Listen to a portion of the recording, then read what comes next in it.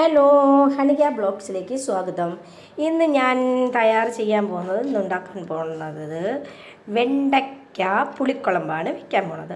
വെണ്ടയ്ക്ക പുളിക്കുളമ്പും ബീൻസ്, അമരപ്പയറെന്നും പറയും, ബീൻസ് എന്നും പറയും. എനിക്ക് ഇതിൻ്റെ പേര് കറക്റ്റായിട്ട് അറിയില്ല. ഇത് വലിയ അമരപ്പയറാണ്. അപ്പോൾ ഇതും ഇന്ന് തോരൻ, എൻ്റെ വീട്ടിലെ വിഭവം എന്ന് അമരയ്ക്ക തോരനും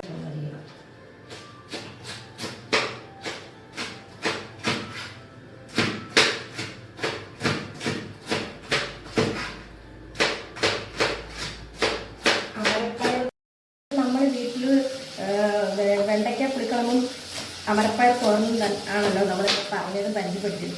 അപ്പോൾ അതുകൊണ്ട് ഞാൻ അത് ആകുന്നത് വരയ്ക്കും ചുമ്മാ ഇരിക്കുമല്ലേ. അപ്പോൾ അതുകൊണ്ട് നമുക്ക് ഈ അമരപ്പയർ അരിയാം അല്ലേ.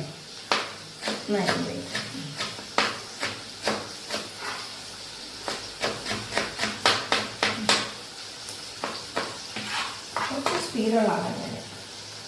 അങ്ങനെ എനിക്കിതൊക്കെ ഈസിയാണ്. അന്ന് ഞാൻ ചെയ്യും. എനിക്ക് കിച്ചൺ പണി കിച്ചണിൽ കിടന്ന് ഇങ്ങനെ വരണ്ടോണ്ടിരിക്കുന്ന ഇഷ്ടമല്ല, വിരളി കിടക്കുന്ന ഇഷ്ടമല്ല. പെട്ടെന്ന് പണി കഴിഞ്ഞ് കിച്ചണിൽ നിന്ന് ഇറങ്ങാനാണ് എനിക്ക് കൂടുതൽ ഇഷ്ടം.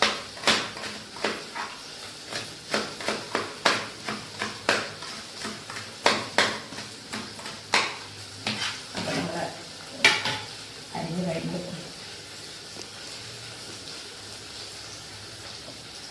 അപ്പം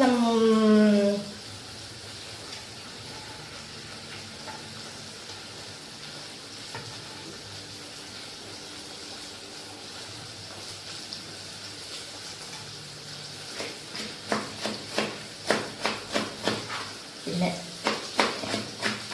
കഥയൊക്കെ പറയണമെന്ന് ആഗ്രഹമുണ്ട്. കുറച്ച് കഴിഞ്ഞ് കഥയൊക്കെ പറയണമെങ്കിൽ, കാരണം നമ്മളിതൊന്നും എഴുതി വെച്ചിട്ടുള്ള കഥകളൊന്നും അല്ലല്ലോ, സ്വന്തം ജീവിതത്തിൽ നടന്ന കഥകളാണല്ലോ. അത് നമ്മൾ പറയുമ്പോൾ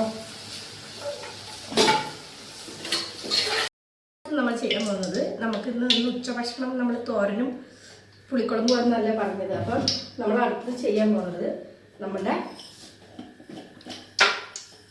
തോരൻ വയ്ക്കാം.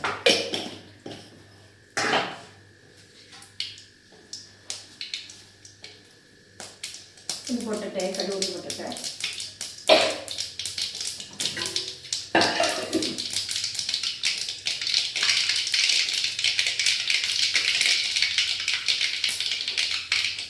കടുകുട്ടി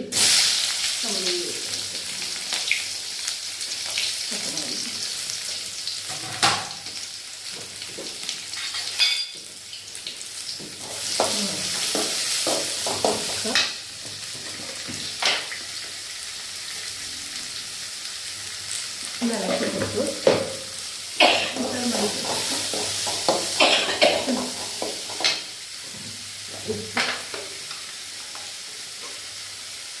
ഭാഗത്തിനുള്ള ഉപ്പ്,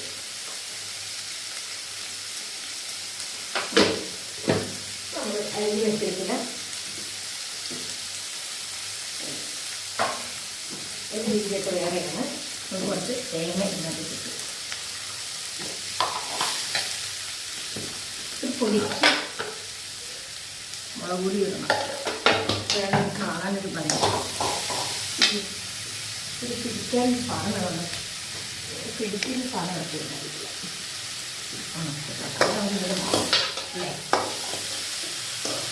കൈ പൊടി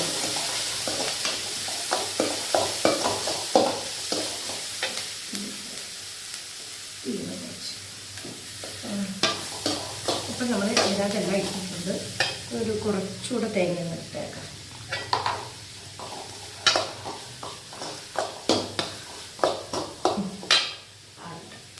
അപ്പോൾ നമ്മളിത് അരിഞ്ഞ് വെച്ചിരിക്കുന്ന അമരപ്പയറിനകത്തോട്ട് കൊടുക്കാം. എന്നിട്ട് കൊടുത്താൽ കറക്റ്റായിട്ട് ഉപ്പൊക്കെ ഇട്ടിട്ടുണ്ട്, കറക്റ്റായിട്ട് എല്ലാം ഇട്ടിട്ടുണ്ട്. ഇതിനൊന്ന് ഇളക്കി കൊടുക്കാം.